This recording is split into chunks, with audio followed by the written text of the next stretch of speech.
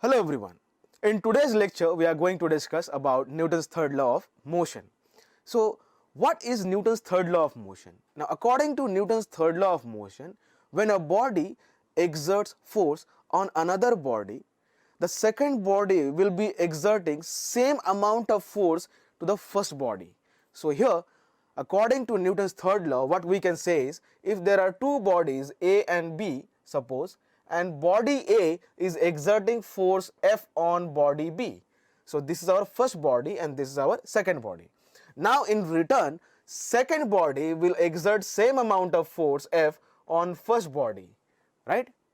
So what we can say over here is, for every action there is equal and opposite reaction. Why opposite? As you can see, force on B due to A is towards right, but force on A due to B would be towards left, but equal in magnitude. So according to Newton's third law of motion, to every action there is equal and opposite reaction. It means force on A due to B would be equal to force on B due to A. Equal in magnitude but opposite in direction.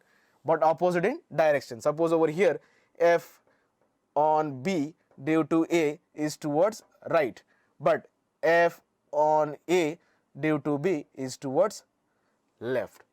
They are equal in magnitude but opposite in direction. So here, according to Newton's third law of motion, if a body exerts force on another body, the second body will exert equal amount of force on the first body but in opposite direction. So the forces would be in pair, that is action and reaction. Action and reaction, these two would be in pair, okay.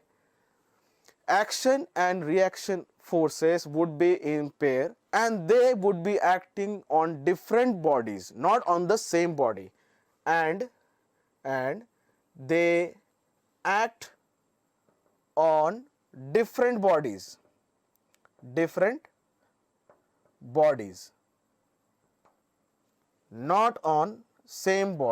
not on same body, okay.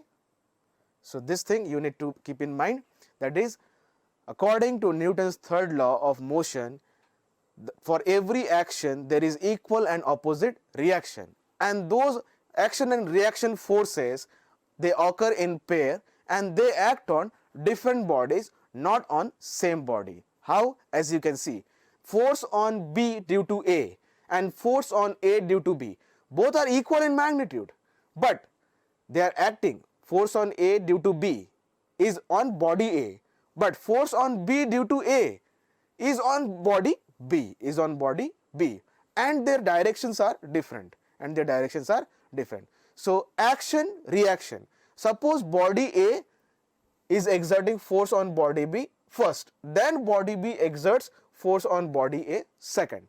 So whoever exerts the force first, that is called as action. So over here, force on B due to A is our action, and force on A due to B is our reaction, So action and reaction, they occur in pair. They always occur in pair. You should keep that in mind, and they are equal in magnitude but opposite in direction. Let's see some examples over here. So as you can see, the person over here is pulling the apple, okay. So over here the apple is in a big size, okay. The apple has a big size, okay. So it's of course hypothetical, not possible, but at least, okay. So consider or assume that the apple is of that much bigger size, and it is tied to a rope, and the other end of the rope is pulled by the person over here, as you can see. So in order to pull, the person has to apply force, so that is action force. So as you can see the direction of action force, right, because the person is pulling the apple with the help of rope. So that is our action.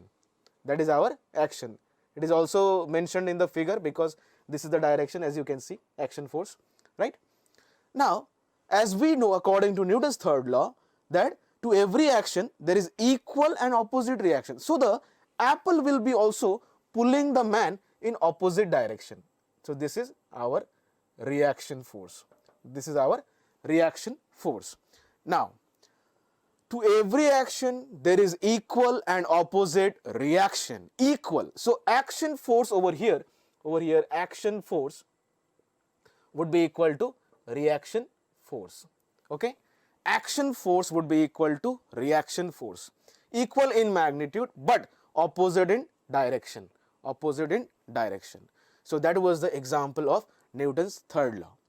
Now let us see another example. As you can see, there is a book placed on the surface of the table, right?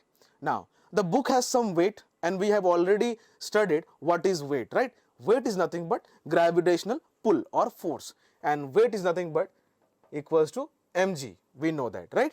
So as you can see on the surface of the table, the book is placed. So the book has weight, that is equals to mg, and that is the weight of the book. When it is placed on the surface of the table, it is applying that much amount of force. Now listen, I'll repeat again. The book is placed on the surface of the table. So the book has some weight that is equals to mg. So with that weight, the book is applying force, or the book is exerting force on the surface of the table. So this is action. This is action. Action is done by the book on the surface of the table. Now the reaction. Now the reaction by the surface of the table would be normal reaction. Would be normal force, or we call it normal reaction force. What is that? Normal reaction force. So over here, according to Newton's third law, action and reaction pair, they occur in pair, of course, and they are equal in magnitude but opposite in direction. So direction is opposite, as you can see over here. But if they are equal, so what can we write? The normal force is always represented by N. So N equals to mg. N equals to mg. Action and reaction, they are equal in magnitude but opposite in direction, as you can see. So when the book is placed on the surface of the table, the book is exerting force of its weight, that is mg, on the surface of the table. So in return, the surface of the table also exerts force on the book, that is called as normal reaction force. Normal, let's write it, normal reaction force. Okay, normal reaction. And according to Newton's third law, they both are equal in magnitude. Therefore, N equals to mg, where mg is nothing but weight, that is action. Okay, so equal in magnitude, opposite in direction. So this is our reaction and this is our action. I hope that is clear to you, right? Now let us see one more example based on Newton's third law. So as you can see over here, there is a horse cart, right? The cart is pulled by the horse. Now, as soon as the horse starts moving in forward direction, what is it doing? It is applying action force on the cart over here. So let us mention this way: action force by the horse, isn't it? Because the horse, it is attached to the cart and the horse moves forward, it means it is trying to pull the cart forward. So that is action force on the cart by the force. Now, according to Newton's third law, there would be a reaction force equal in magnitude but opposite in direction. So the cart also pulls the horse back. That is called as reaction force. That is called as reaction force. Now they both are equal in magnitude but opposite in direction, right? Equal in magnitude, action force equal to reaction force in magnitude but opposite in direction. As you can see, the directions are opposite. This is the action force by horse on cart, right? By horse on cart. And this is the reaction force by cart on horse, right? Now over here, the thing is, if the action force is equal to reaction force and they are opposite in direction, then this is balance condition. This is balance condition. They won't move, or neither the horse will move nor the cart will move.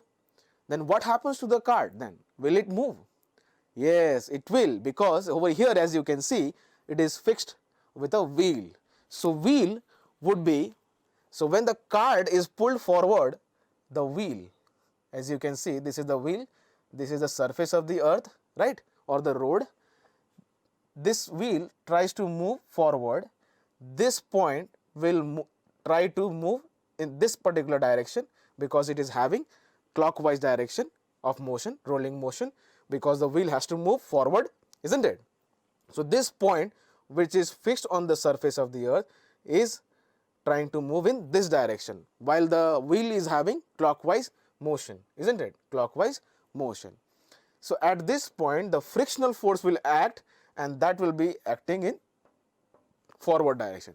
That will help the cart to move in forward direction very easily. Otherwise the horse has to apply by greater amount of force. The horse has to apply greater amount of force on the cart, then only the cart can move. Otherwise, if there is no wheel, the car or the horse has to apply a greater amount of force. So that's why the cart is fixed with the wheel. So it is easy for the horse to pull it with a lesser amount of force also. I hope that is clear. Now let's come back to the action reaction.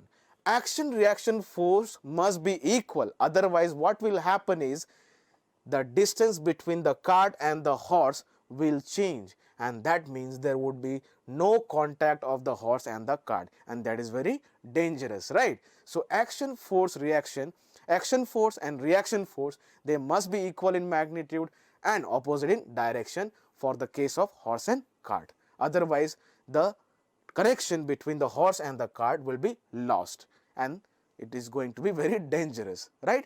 So that was all about our Newton's third law and examples based on Newton's third law. Thank you.